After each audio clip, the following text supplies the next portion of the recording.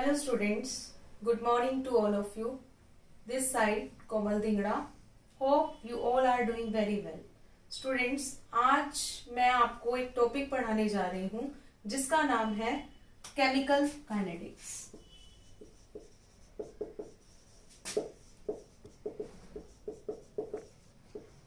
Students, chemical kinetics most important topic है class 12 CBSE HBSE both streams के लिए. तो प्लीज आप इस टॉपिक पे थोड़ा सा फोकस करना और आपकी जो भी क्वेरी होंगी मैं आपकी साथ साथ लूंगी. Thank you. केमिकल काइनेटिक्स का सबसे पहले हम मीनिंग समझते हैं बच्चों. केमिकल काइनेटिक्स होती क्या है? ठीक है बच्चों, देखो जहां पे भी वर्ड आ जाएगा ना काइनेटिक्स, काइनेटिक वर्ड रिप्रेजेंट करता है बच्चों आपको रेट. रेट आप या बोल सकते हो स्पीड. कोई भी रिएक्शन किस स्पीड से चल रही है वो आप हमेशा किस में डील करते हो बच्चों? केमिकल काइनेटिक्स में. तो कोई केमिकल वर्ड आपको ये बोल रहा है कि कोई भी केमिकल रिएक्शन किस स्पीड से मूव ऑन कर रही है.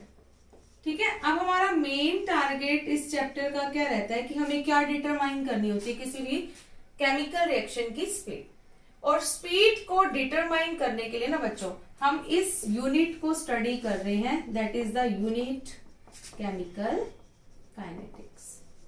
अब आपको ये भी पता होना चाहिए कि केमिकल काइनेटिक्स क्यों आई, तो उसका रीजन भी मैं आपको बता देती हूँ. आपने 11th क्लास में यूनिट पढ़ रखी है थर्मोडायनेमिक्स. ठीक है बच्चों, थर्मोडायनेमिक्स की ये सबसे मेजर लिमिटेशन थी कि not tell about rate of reaction. ये किसी भी रिएक्शन के किसके बारे में नहीं बताती? रेट के बारे में. तो रेट ऑफ रिएक्शन, अगर हमें रिएक्शन की स्पीड ही नहीं पता कि रिएक्शन स्लो चल रही है फास्ट चल रही है, तो उसी चीज को डील करने के लिए हमारी एक एप्लीकेशन आई थी, that is the chemical kinetics. तो chemical kinetics most important unit है क्योंकि मैंने आपको बताया कि किसको रिप्रेजेंट करती है, किसी भी रिएक्शन की स्पीड को. तो स्पीड को अगर डिटरमाइन करना है तो हमें क्या पढ़ना पड़ेगा? Chemical kinetics. और अगर आपसे ये क्वेश्चन पूछ ले कि केमिकल काइनेटिक्स की किसके ऊपर काम कर रही है, तो थर्मोडायनेमिक की लिमिटेशन पे काम कर रही है, क्योंकि थर्मोडायनेमिक्स किसको डील नहीं कर पाई थी? Rate of reaction. वो ये बता रही रिएक्शन है, हो रही है या नहीं हो रही, लेकिन ये नहीं बता पा रही कि रिएक्शन किस स्पीड से हो रही है. तो इसीलिए केमिकल काइनेटिक्स की अगर मैं आपको एक डेफिनेशन बताऊं तो ये वो ब्रांच है जो आपकी 3 कंसेप्ट्स पे काम करेगी. First is your most important, that is the rate of reaction. It means speed of reaction. Second, factors affecting rate. किसी भी रिएक्शन के रेट को कौन कौन से फैक्टर्स अफेक्ट कर सकते हैं, ये उसके बारे में भी डील करती है. इवन कोई भी रिएक्शन किस मैकेनिज्म को फॉलो कर रही है, तो मैकेनिज्म ऑफ रिएक्शन को भी क्या करती है, ये बताती है. तो अगर आपसे पूछ लिया जाए कि आप क्या क्या पढ़ते हो केमिकल काइनेटिक्स में, तो केमिकल काइनेटिक्स में आप 3 चीजों के बारे में डील करोगे.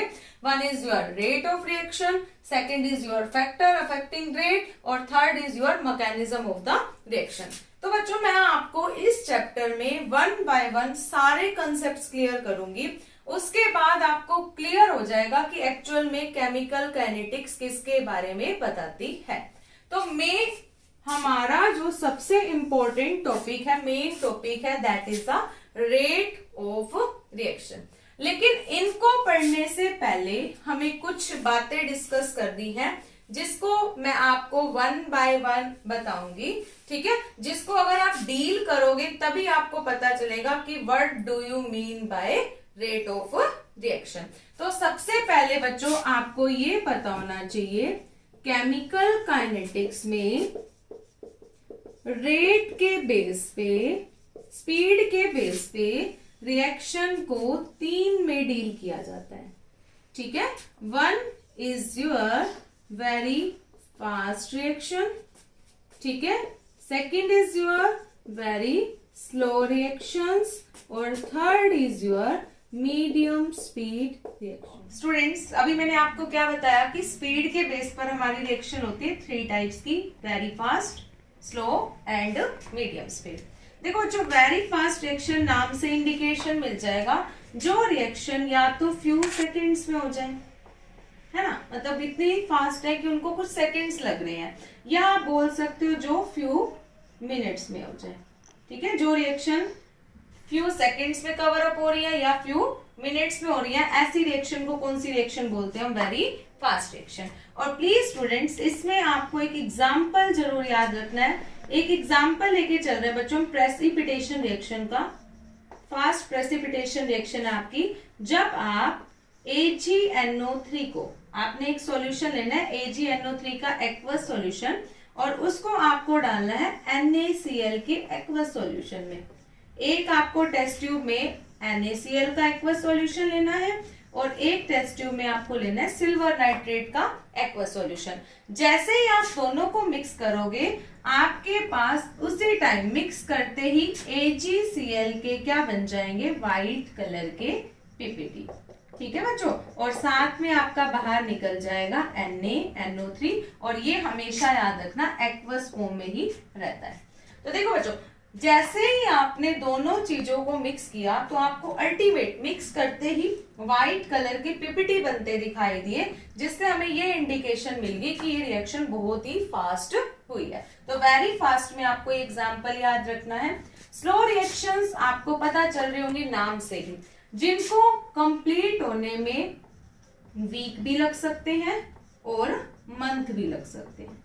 इट मीन्स उनको हफ्ता भी लग सकता है, महीना भी लग सकता है। तो ऐसी रिएक्शन बहुत ज्यादा स्लो स्पीड से चलती हैं। एग्जाम्पल जरूर आपको याद रखना है इसका भी, that is the rusting of iron.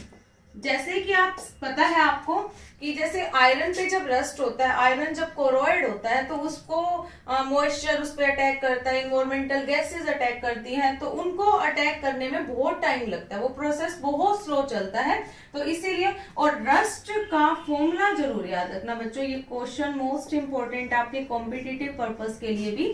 Fe2O3.XH2, X यहाँ पे कितने भी वाटर मॉलिक्यूल्स हो सकते हैं।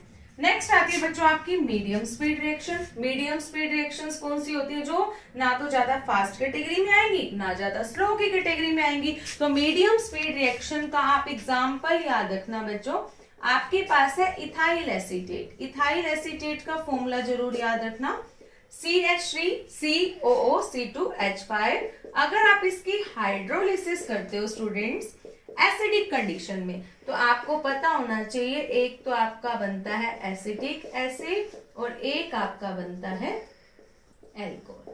Clear student? तो ये आपकी मीडियम स्पीड रिएक्शन में है। अगर आपको ये टिपिकल लग रही हो, तो आप एक रिएक्शन और देख सकते हो। सुक्रोज का फॉर्मूला आपको पता होगा, C12H22O11, that is the sucrose. ठीक है, अगर हम इसकी भी हाइड्रोलिसिस करते हैं एसिडिक कंडीशन में, तो आपको पता है सुक्रोज की हाइड्रोलिसिस करने पर ग्लूकोज और क्या बनता है आपका? फ्रक्टोज।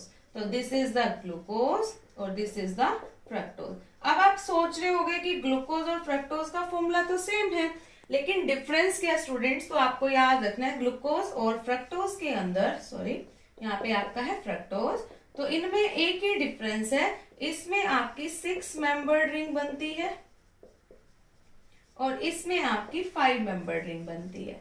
ठीक है, और अच्छे से पढ़ना चाहते हो तो इसमें आपका एक एल्डिहाइड ग्रुप होता है, फंक्शनल ग्रुप, और इसमें आपको याद रखना है that is the ketone group.